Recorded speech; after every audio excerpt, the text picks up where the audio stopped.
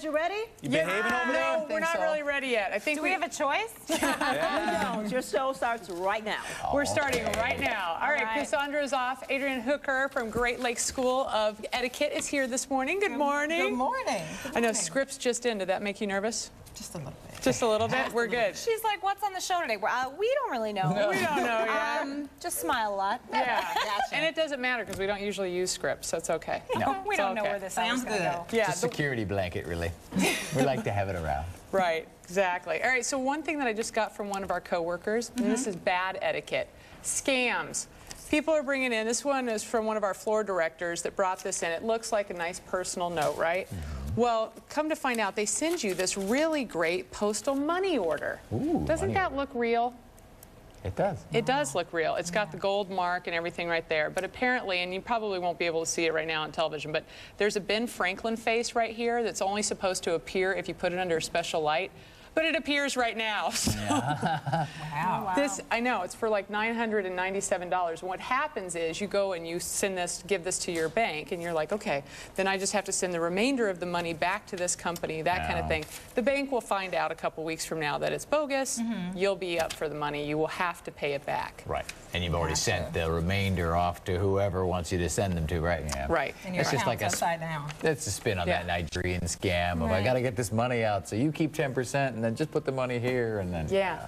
And why people go Just for don't it? do it. Why would you get that at home? I don't know. You know, yeah. I know. Tempting though, you know, 900 It is bucks. tempting when you think that it could possibly be real. And a lot of people think it's the bank's responsibility to find out if this is real or not. It's not mine. Nope. To your butt.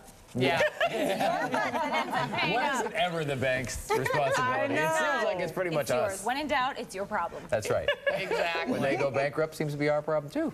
Yeah, exactly. All right, we're going to go to Tony today. This is going to be a fun show because he's at buycostumes.com, and when Tony and costumes are involved. It happened in Midtown, though. People showed up to pick up their orders, and the doors were closed. And Yeah. they were being, you know, kind of shuffled away from the entrance. Yeah. And that was what a to couple do. of years back, and they're still trying to fill that big empty building. Right. Apparently, the real estate company that's trying to fill that empty building is going to be the same one that's going to fill this building. So, and that's kind of the thing. It's like you build these huge, super big buildings. What's going to go into them? And then is it going to be an eyesore for the city for that much longer? And you're trying to think what could really go into it. It's got to be another like home improvement, or you were saying a sports store. Well, the last, you know, the Borders bookstores, the one at Bayshore, I think, and then the one down the road from our studios here. I don't even know what it is, like Fox Point Fox or something. Point. Those two became sports stores. One's a Burkhart's and the other one's a Sports Authority or something like that. So who knows? Maybe somebody will go in there quickly. A lot of city planners and folks have talked about building something into those big box stores that say, look, if you leave within X number of years, you got to take the building with you.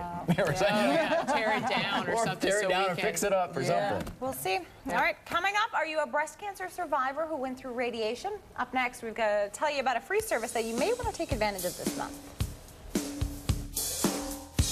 I had Of no all idea they were places. here. That's cool. Tony has, so there's a little backstory to that. We can ask him to that. Interesting. Okay. We'll get into it in just a little bit. Well, I think we're going to get into it on this one. This is a really odd story about a woman in the Northeast there in Boston, Massachusetts area that is a principal at a school and has decided that she's not real happy or comfortable with the celebration of most of the fall holidays. She does not want anyone to celebrate Thanksgiving. Her rationale for that basically goes back to the whole myth of Columbus.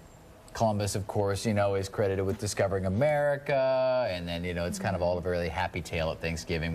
We'd talk about the following, you know, the pilgrims that came after Columbus, sitting down, having a lovely dinner with the Native Americans. And, of course, the truth of the matter is eventually there's a huge war and a lot of the Native Americans get slaughtered. So her point is it's actually a, Thanks, Rob. Way to not sugarcoat it. I'm glad you didn't do that. And that's kind of her point, is that, you know, the reality of this is that it's kind of a stain on our national history, and here we are dressing it up like it's a wonderful thing.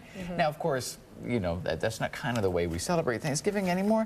And then she also thinks Halloween is a pagan holiday and should not be celebrated because, of course, it is... Pagan is believing in many gods. Yeah, paganism, or like the earth and the natural spirits and all that kind of stuff, right? So she thinks that it should be ruled out for that. Now, of course, the parents in the school district aren't too happy about it. Does she just get dumped? What's her problem? Yeah, she's really wound up. I mean, I would see it as a teachable moment. Why don't you just let the normal things go on, and then, you know, have the celebrations, the kids get to make the little feathers and the turkeys. Right. And then say, like, for the older kids, obviously, you don't want to, you know, scar 3-year-olds or whatever in the pre-K programs. But why don't you sit down and say, like, here's the real backstory. Like, remember that this isn't just all light and fluffy stuff. There's a real depth to this, instead of just, no, none of that. Right. No, she seems a little bit overboard. It makes me wonder, like, what else is going on. And I can't imagine that her house isn't going to be egged at Halloween.